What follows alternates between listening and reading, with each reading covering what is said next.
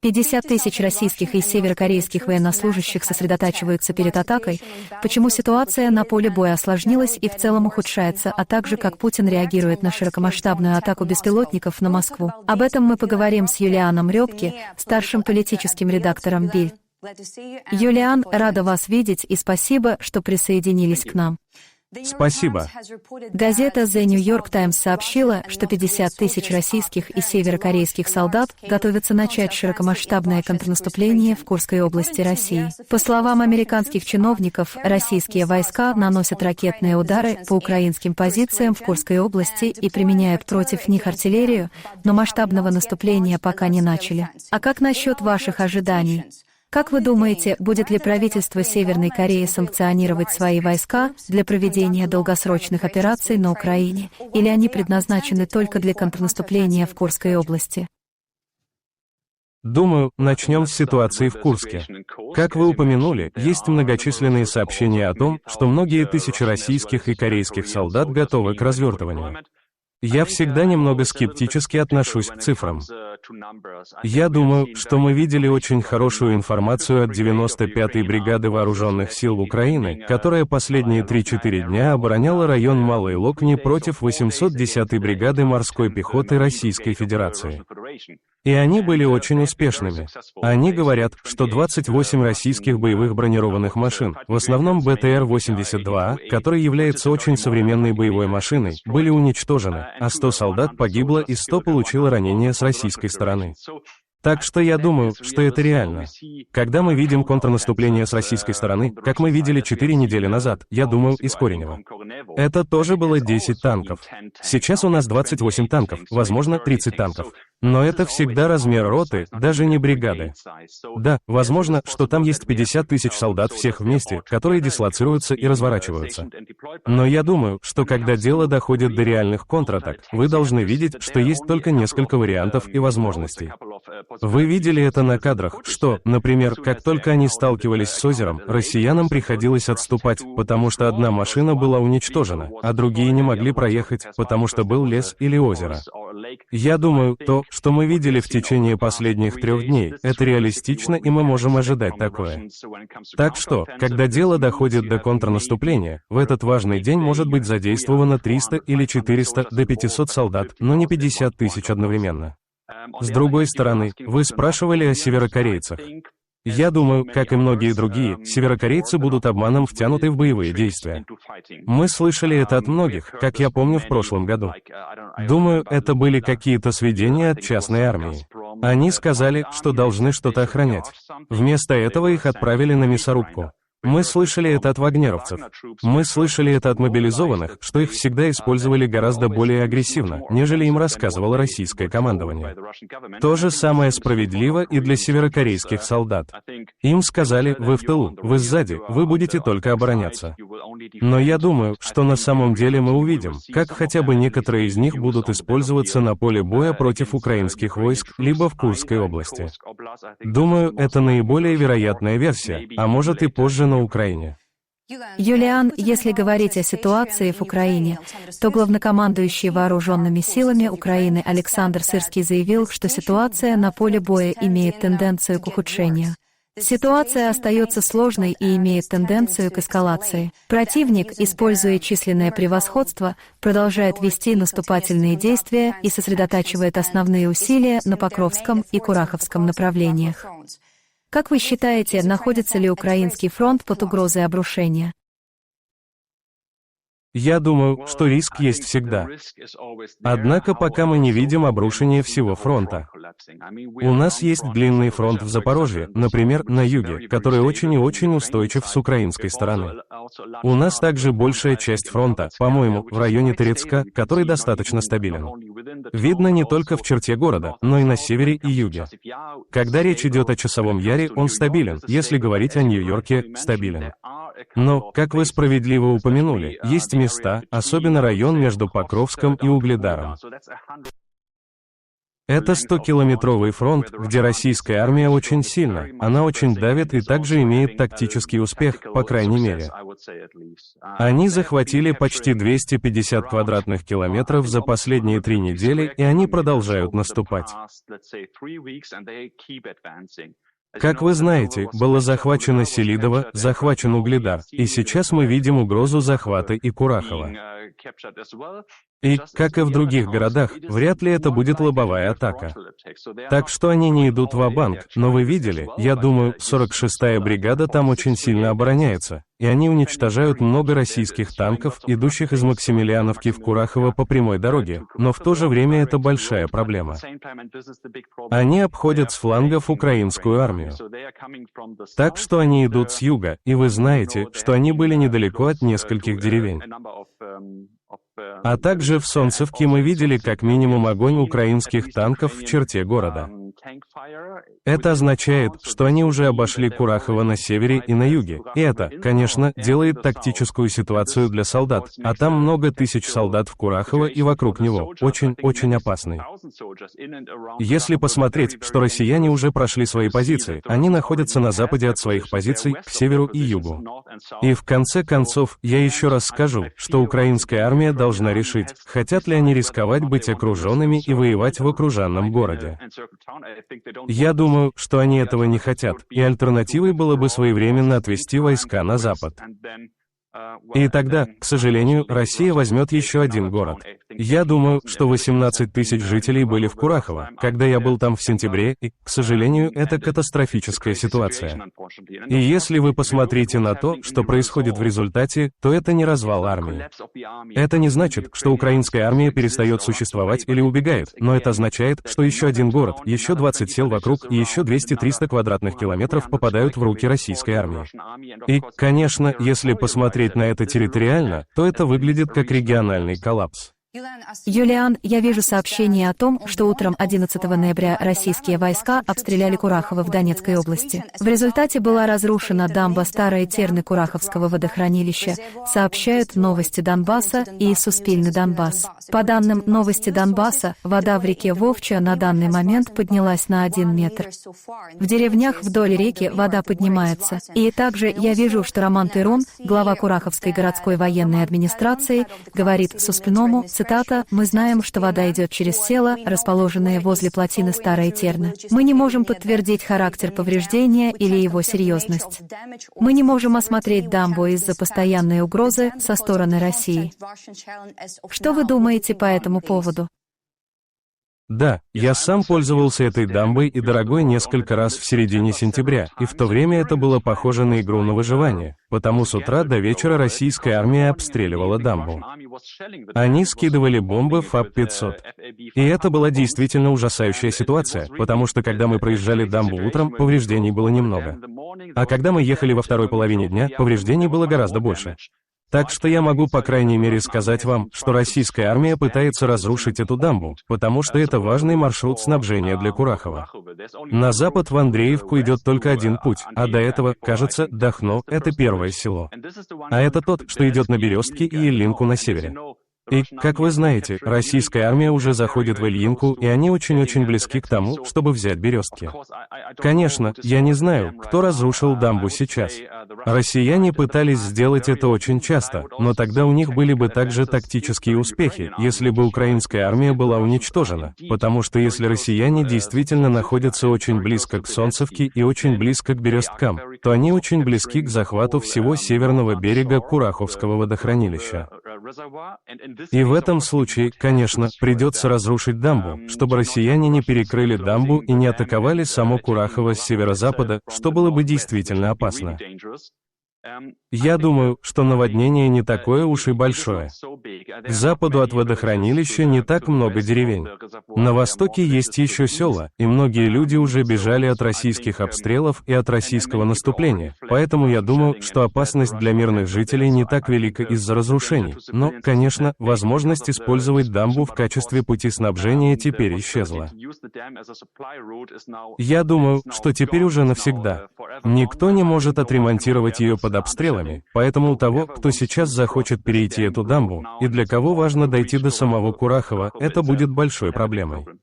Юлиан, вы знаете, осмотр места нанесения российских ударов усложнен из-за активных боев на Покровском и Кураховском направлениях. И в зависимости от степени повреждения той дамбы, есть риск частичного затопления населенных пунктов, расположенных ниже по течению реки Вовча и большого количества сел. Если речь идет еще и о Запорожской области, то силы обороны сдерживают продвижение российской оккупационной армии в Донецкой области и южной части Запорожской области. Можно ли говорить о том, что российская оккупационная армия готовится к новым штурмовым действиям на Ореховском и Роботинском направлениях в Запорожской области для взятия под огневой контроль логистических путей на восток? Я думаю, что украинская армия готовилась к штурму с юга. Вы знаете, прошлогоднее контрнаступление, к сожалению, не очень хорошо сработало. Оно не дошло даже до Токмака, ни до Мелитополя, ни к другим городам в этом районе. Но в то же время, я думаю, украинская оборона очень сильная южнее Запорожья. Так что россияне, я бы сказал, выбирают другой путь. Они выбирают наступление на Запорожскую область с востока. А как известно, они находятся довольно близко к Великой Новоселке, которая является частью сильной южной обороны.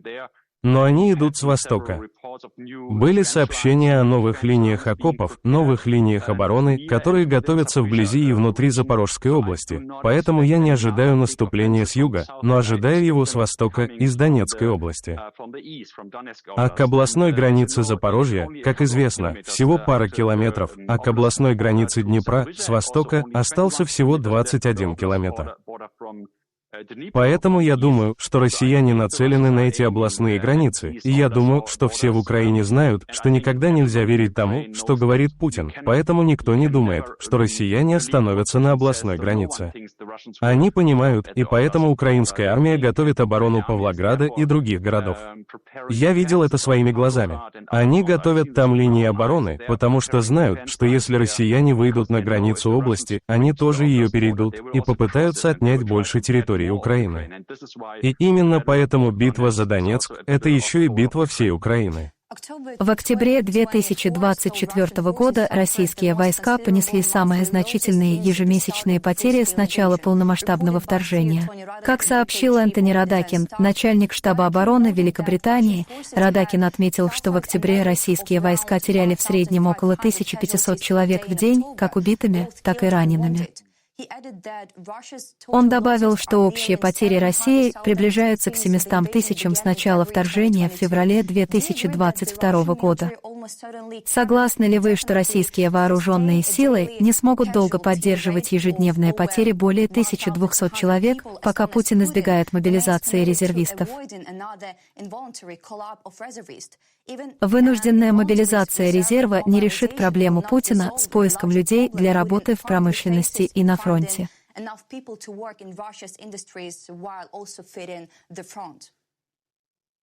Я думаю, что ответ на этот вопрос имеет несколько аспектов. Во-первых, я должен еще раз сказать, что я скептически отношусь к этим цифрам. Как вы знаете, я сам несколько раз бывал на передовой, в общей сложности более 12 раз, от вторжения России в 2014 году, когда Россия начала атаковать, и дважды во время этой войны. И я был с подразделениями украинской армии, например, с Карадагом, и они сказали, что в районе Покровска они убивают и ранят от 100 до 200 человек в очень хороший для них день. За сутки они убивали по 200 российских солдат. Также вчера мы слышали, как 95-я бригада заявила, что за 2 дня они уничтожили 28 единиц российской бронетехники и убили 100 солдат. Так что я думаю, что это реалистичные цифры. Мы должны видеть реалистичные цифры о том, что Россия, вероятно, сейчас теряет от 200 до 300, а иногда и до 400 солдат в день. Это, я думаю, абсолютный максимум. И вы видите, как россияне обращаются со своими убитыми, ранеными, они их не эвакуируют. Они их не возвращают. Как справедливо говорят украинцы про россиян, это билет в один конец в Украину, потому что там просто нет инфраструктуры, нет логистики, нет упоминания об медицинской эвакуации. Так что я бы сказал, что у нас примерно в 2 раза больше раненых, чем убитых. В этом случае, может быть, у нас будет 700 российских потерь убитыми и ранеными в день. Это имеет смысл, если вы взглянете на эти цифры, ведь украинские солдаты никогда не скажут вам, что мы убили 1000 россиян вчера, но и Россия не может мобилизовать новую бригаду каждые 2 дня. Это невозможно. А Россия не может мобилизовать 3000 новых солдат за 2 дня, потому что Украина утверждает, что они убили и ранили 3000 солдат за 2 дня. Я думаю, что цифры намного меньше. К сожалению, и исходя из этого, вы спросили, нужна ли новая мобилизация для Путина. Я думаю, что сейчас у них есть достаточно средств, чтобы позволить россиянам воевать и убивать за деньги. Вы знаете, в России очень плохой уровень жизни. Это фашистский режим. Они ведут такую пропаганду, и у них такие плохие условия для людей, что 1500 евро в месяц, что в 3 раза больше того, что россияне обычно получают в качестве зарплаты в месяц, и с обещанием получить еще немного денег для семьи, или какую-то компенсацию, или что-то еще, если они умрут в Украине. Для маленькой деревни это приличные деньги. Я думаю, что этого сейчас, к сожалению, достаточно, чтобы россияне поехали в Украину и совершали военные преступления, а также рисковали собственной жизнью. Да, мы очень долго говорим об этом, будет ли еще одна официальная мобилизация, но я думаю, что сейчас российский режим мобилизует достаточно людей деньгами и пропагандой, чтобы они поехали в Украину и умерли ни за что. Юлиан о военных преступлениях, об ужасных вещах. Украинские официальные лица продолжают говорить о расстреле россиянами украинских военнопленных. 9 ноября Генеральная прокуратура Украины объявила, что расследует видео, на котором российские войска казнят пленного и безоружного украинского солдата в нарушении Женевской конвенции о военнопленных. Украинский омбудсмен Дмитрий Лубенец упомянул, что направил письмо в Организацию Объединенных Наций и Международный комитет Красного Креста, сообщая о военных преступлениях. Эти действия не должны остаться безнаказанными, а враг должен понести полную ответственность. Россия — террористическое государство, которое нарушает все правила и обычаи ведения войны. Международное сообщество не должно закрывать глаза на подобное преступление. Но сейчас международное сообщество закрывает на это глаза. Вы согласны? Да, абсолютно согласен. Я имею в виду, что убийство украинских военнопленных становится новой нормой в российской войне, к сожалению. И это по нескольким причинам. Как бы горько это ни звучало, иногда это практические причины. У россиян нет пути назад. У них нет инфраструктуры, чтобы вернуться обратно, например, в Покровском районе. Так что для них это билет в один конец. Так для чего им давать этот билет украинским солдатам? Это не оправдание, это военное преступление. Но иногда у него есть очень практические причины. Они не знают, что делать с военнопленными, потому что нет никакой логистики, чтобы посадить их в тюрьмы или куда-то еще. И иногда и очень часто это происходит по идеологическим причинам, из-за ненависти. Пару дней назад они утверждали, что взяли в плен не украинца, а потом его убили, потому что не должно быть иностранных боевиков. Или в Курске мы видим, как они очень плохо обращаются с военнопленными, потому что якобы они нападали на Россию, а мы видим, что это всего лишь оборонительная операция со стороны Украины. Прямой ответ на российское вторжение. Так что я думаю, что это новая норма. Это абсолютно возмутительно. Это военное преступление. Нет ничего, чего бояться в России. И вы абсолютно правы. Я не вижу реакции ни с европейской стороны, ни с американской. Я и раньше жаловался на это, когда есть такое просто сообщение с Ближнего Востока. Например, что кто-то мог кого-то невольно зацепить, или произошел несчастный случай, или какой-то сопутствующий ущерб. Немецкий истеблишмент, особенно Министерство иностранных дел, жалуются на такое. У них есть свои коммюнике по этому поводу. Об этом очень много говорят. И это происходит каждый день в Украине. Россия делает это каждый день. И я не вижу вербальной реакции. Никто не комментирует это и даже не говорит о новых санкциях, хотя именно это на самом деле и нужно.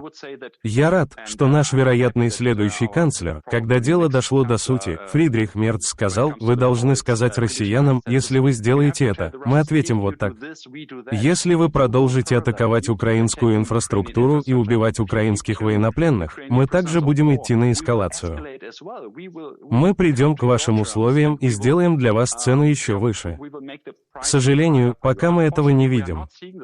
Мы не видим, чтобы Запад реагировал на эти российские зверства. Просто мы видим того же самого уровня поддержку, который, наверное, скоро даже снизится. И это не очень помогает Украине.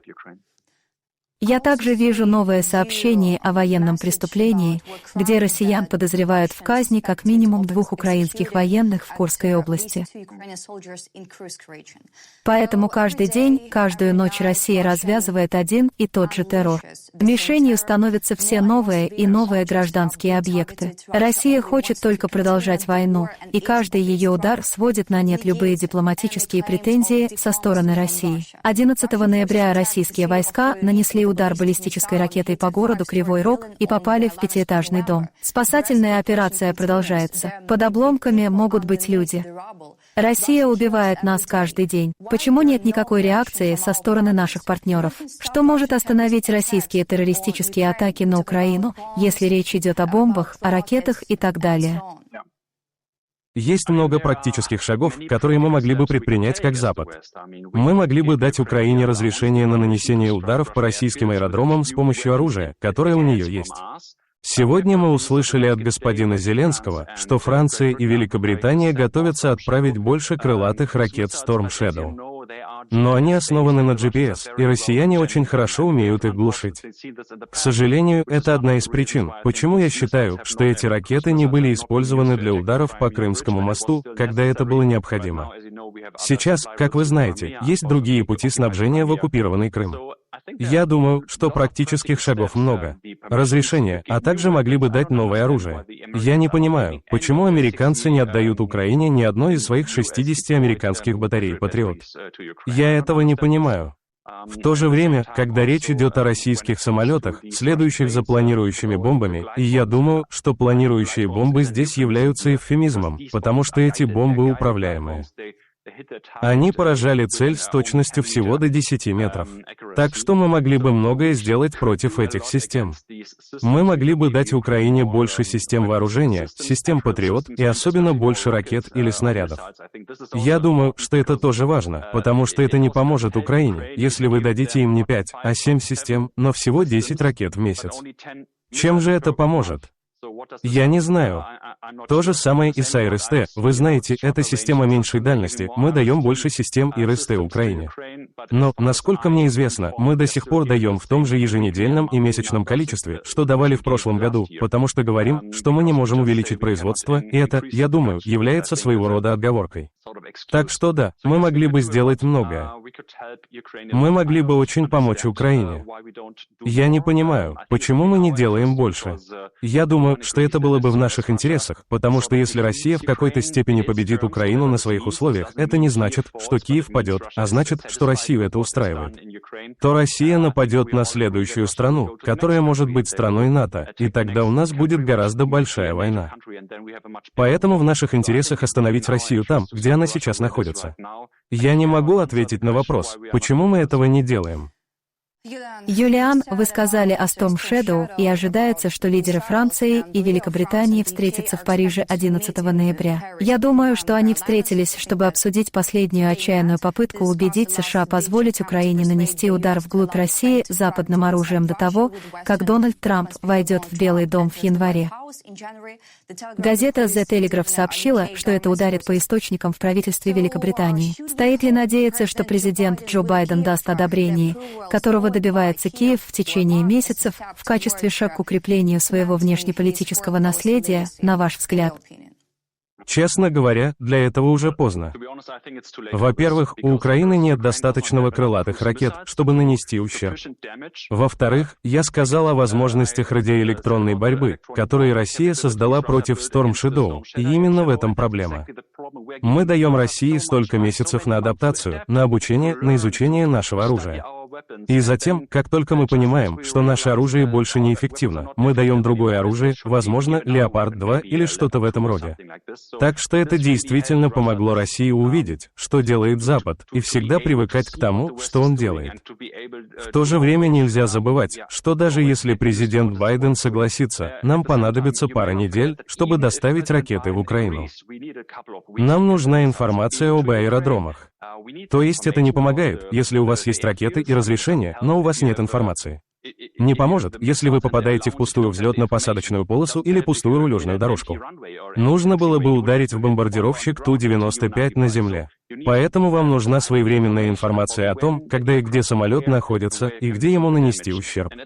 И в то же время, не менее важное, как насчет после 20 января? Даже если Украина получит разрешение, оружие и информацию, Россия знает, что ей осталось ждать не более 2 месяцев, пока следующий президент, вероятно, все отменит, прекратит все поставки и пойдет на сделку между Украиной и Россией. И я думаю, что уже слишком поздно до тех пор, пока следующая администрация США не продолжит эту политику и не даст еще больше возможностей, о которых я только что сказал. Так что больше ракет, я имею в виду Атакамс с дальностью 360 километров, а не только 150, больше информации, а также убеждения, например, Германии, что было бы очень хорошо, наконец, дать крылатую ракету Таурус, потому что эти крылатые ракеты действительно сильные. Они не так уязвимы для РЭП. Так что они могут не изменить правила игры, но они действительно могут сократить российский воздушный флот в течение пары недель, если использовать их с правильной информацией. Юлиан, мы ждем Таурус и также ждем Storm Shadow и Скальп. А о том, что происходит в России, Главное управление разведки Министерства обороны Украины сообщило, что в Подмосковье в результате пожара уничтожен ударный вертолет Ми-24 российской армии. В ночь с 9 на 10 ноября на аэродроме Клин-5 в Московской области был уничтожен российский ударный вертолет.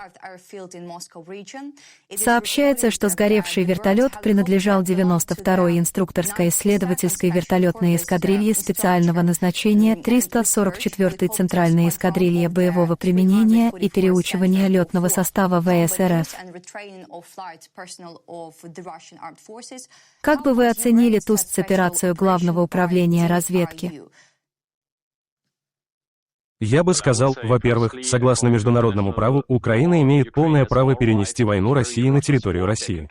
Я думаю, это первое, что мы должны знать. Так что украинский беспилотник, идущий в сторону Москвы или Саратова, также законен, как украинские солдаты или спецназовцы, работающие в России и пытающиеся максимально уничтожить российскую военную технику. Так что, конечно, эти операции могут быть полезны. Они могут быть и символическими, потому что я не знаю, сколько Ми-8 или Ми-17 у России. Я думаю, что их может быть несколько сотен. После того, как так много Т-90М было уничтожено или захвачено, мы всегда думали, хорошо, это может стать поворотным моментом.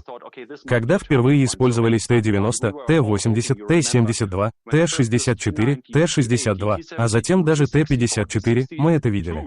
И мы все надеялись, что это конец, но, к сожалению, все сложнее. В России есть старые запасы, которые предназначены только для атак камикадзе и убийства своих бывших заключенных. И у них есть постоянное пополнение новыми силами. Когда речь идет, например, о современных танках или о современных БТРах, то их и можно увидеть в Курске. Было сообщение о 30 БТР-82, поставленных 810-й бригаде как раз для штурма. Таким образом, они одновременно производят много новой продукции, а также восстанавливают старую, чтобы она соответствовала стандартам 2024 года. Но все-таки, конечно, каждая из этих атак важна, потому что она дает Украине, украинскому населению надежду, подтверждает, что вы не беспомощны и не просто ждете очередной атаки и следующей крылатой ракеты. Но вы также пытаетесь защитить себя и показать России, что-то, что она делает, окажет влияние на ее территорию. Вы вспоминали о нападении на Москву, и действительно, утром 10 ноября Министерство обороны России заявило, что сбило 70 украинских беспилотных летательных аппаратов, более 30 из которых направлялись в сторону Москвы. Россияне, как обычно, заявили, что сбили все беспилотники, в том числе 34 БПЛА над территорией Московской области. Как вы думаете, как такие атаки на Москву могут повлиять на Путина и на российский народ? Если эти атаки дойдут до Москвы, мы это узнаем. В этот раз они не дошли, потому что там всегда десятки людей, которые показывают это и просто снимают происходящее. Мы видели их в Подмосковье, куда они, собственно, и долетели. Я думаю, что если они могут поразить какую-то стратегическую цель или хотя бы символическую цель, и мы видели, как Кремль подвергался удару, больше, чем год назад. И я думаю, мы все знаем, почему это не происходит снова, не потому, что Украина не может, а потому, что Украина не имеет права. Я думаю, что это консенсус, где кто-то сказал, снова не делайте этого. Я думаю, что если бы это произошло, то это бы очень сильно повлияло на общество в России, потому что это не просто специальная военная операция где-то на Западе, это война, которая приходит к ним домой и которая влияет на все общество. И опять же, я считаю, что эти цифры сильно завышены. Мы видели, я думаю, может быть, 3 или 4 таких беспилотника УТ, как я их называю, маленький Байрактар, потому что они немного похожи на него, но они меньше. Мы видели их над Московской областью, и, по-моему, 2 из них были сбиты и упали в жилых кварталах. Так что я не знаю, достаточно ли это полезно. Я имею в виду, что это все еще показывает россиянам, простым людям, что война, которую они поддерживают или, по крайней мере, не возражают, приходит в их дома. В то же время, конечно, нет никакой стратегической ценности в том, чтобы запускать небольшой беспилотник, который сбивается, а затем поражает какой-то жилой район. Есть стратегическая ценность в нанесении удара по авиабазе в Энгельсе, например, или есть стратегическая ценность в нанесении удара по нефтегазовой инфраструктуре. Но эта специальная атака, по-моему, вчера или позавчера, я думаю, была скорее символической. Вы знаете, Юлиан, мы ждем все новых и новых атак на Россию. И прежде всего благодарю вас за эту интересную беседу. Благодарю вас за поддержку нашей страны. Пожалуйста, друзья, подписывайтесь на наш канал на YouTube, ставьте лайки этому видео и до встречи. Напомню, сегодня с нами был Юлиан Рёбке, старший политический редактор БИЛЬ. Удачи и до встречи. Большое спасибо за предоставленную возможность. До встречи.